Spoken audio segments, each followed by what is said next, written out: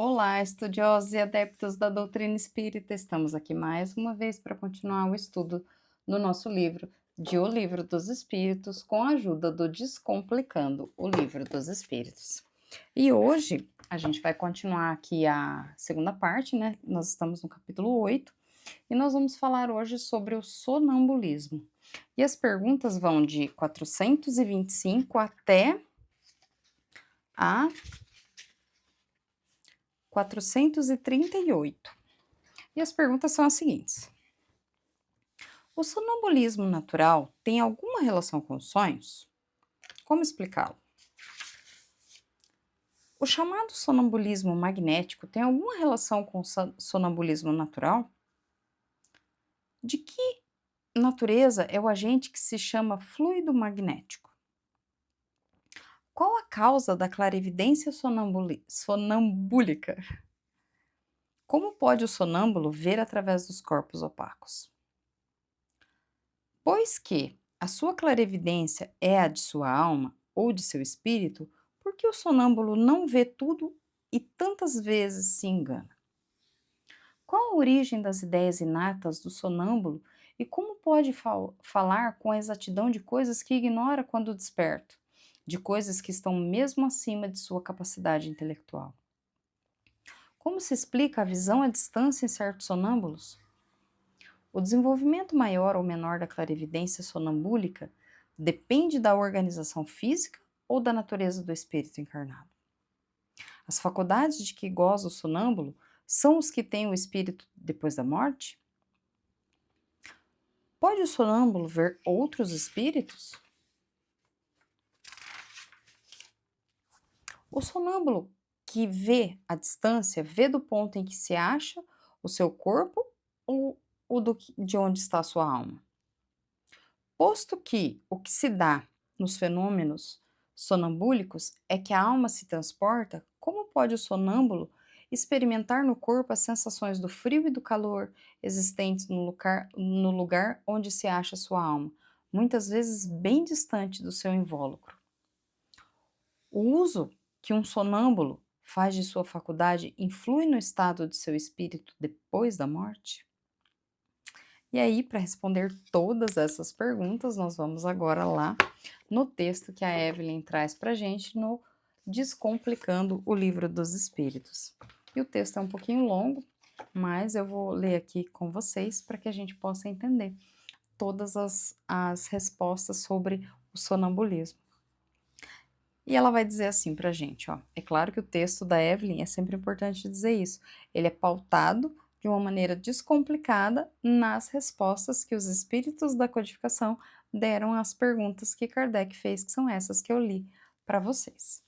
E o texto diz assim, ó: o sonambulismo natural é um estado de onde o espírito se liberta mais completamente do corpo do que nos sonhos. Durante o sono, o espírito aproveita a independência para ter percepções mais amplas. No sonambulismo, o espírito está totalmente no controle, enquanto os órgãos corporais ficam em um estado parecido com o da catalepsia, deixando de receber impressões externas. Nessa situação, o espírito, que é a essência consciente de cada indivíduo, tem a capacidade de se separar temporariamente do corpo físico. Essa separação ocorre porque o corpo está em um estado de repouso necessário à matéria. Ao falar sobre os fatos do sonambulismo, o texto se refere aos momentos em que ocorrem eventos associados a esse estado especial. Aqui, explica-se que o espírito, enquanto está fora do corpo, direciona sua atenção para algo específico. Pode ser uma ação, um pensamento ou uma atividade. Para realizar essa ação, o espírito utiliza o corpo como um meio. Isso significa que, mesmo durante o sono, o espírito interage com o corpo físico para realizar determinadas ações ou experiências. Isso é semelhante ao uso de uma mesa em manifestações físicas ou à utilização da mão do médium em comunicações escritas. Nos sonhos conscientes, os órgãos e a memória começam a despertar, recebendo de forma imperfeita as impressões externas. Os sonâmbulos geralmente não se lembram do que aconteceu durante o estado sonambúlico, e as memórias dos sonhos muitas vezes são confusas e desordenadas. Isso ocorre porque os órgãos estão parcialmente despertos, transmitindo sensações incompletas. No entanto, alguns sonhos podem resultar de recordações precisas de vidas anteriores, ou até mesmo de intuições do futuro. Também é discutido o sonambulismo magnético. Explica-se que a condição é praticamente a mesma que o sonambulismo natural, com a diferença crucial de ser provocado intencionalmente. O fluido magnético é introduzido como o agente por trás desse fenômeno, descrito como uma variação do fluido vital e eletricidade animalizada. A causa da clarividência sonambúlica é atribuída à capacidade da alma de enxergar, independentemente dos órgãos físicos. Para o espírito, não há corpos opacos, já que a matéria não impede a sua passagem.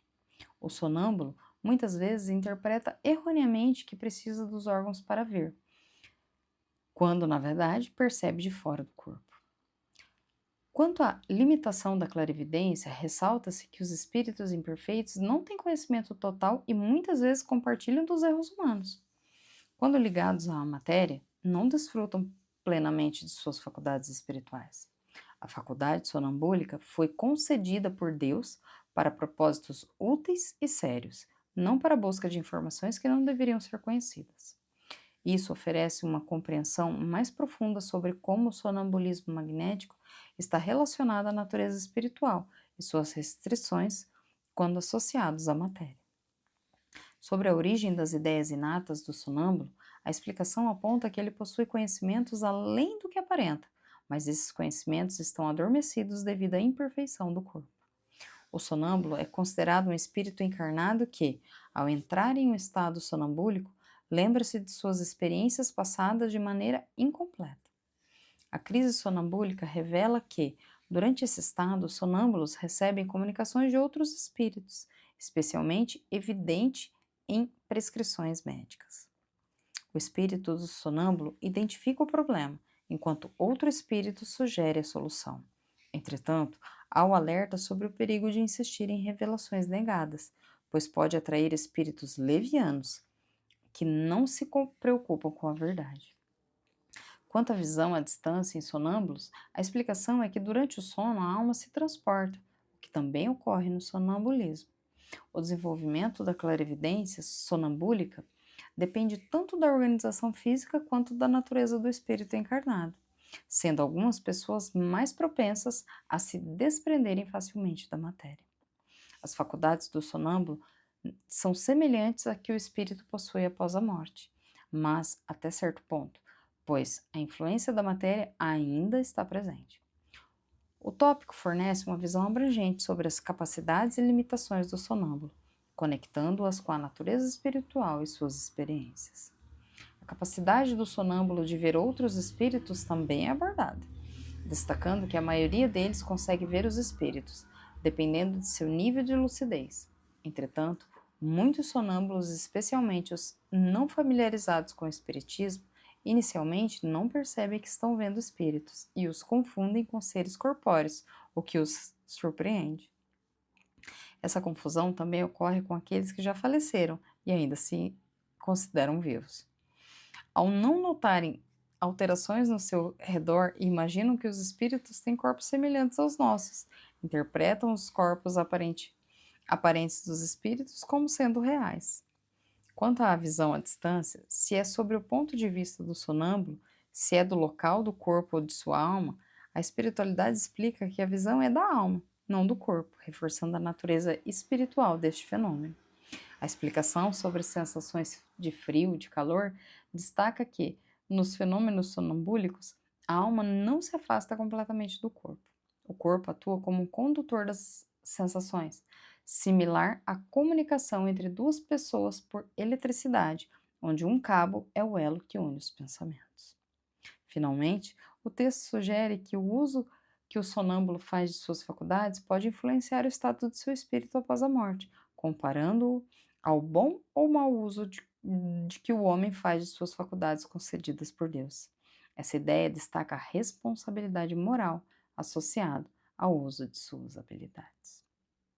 Muito bem? Então, esse foi o texto aqui que a Evelyn trouxe para a gente, falando sobre sonambulismo. E na semana que vem nós vamos falar sobre o êxtase. Então, nos vemos até lá.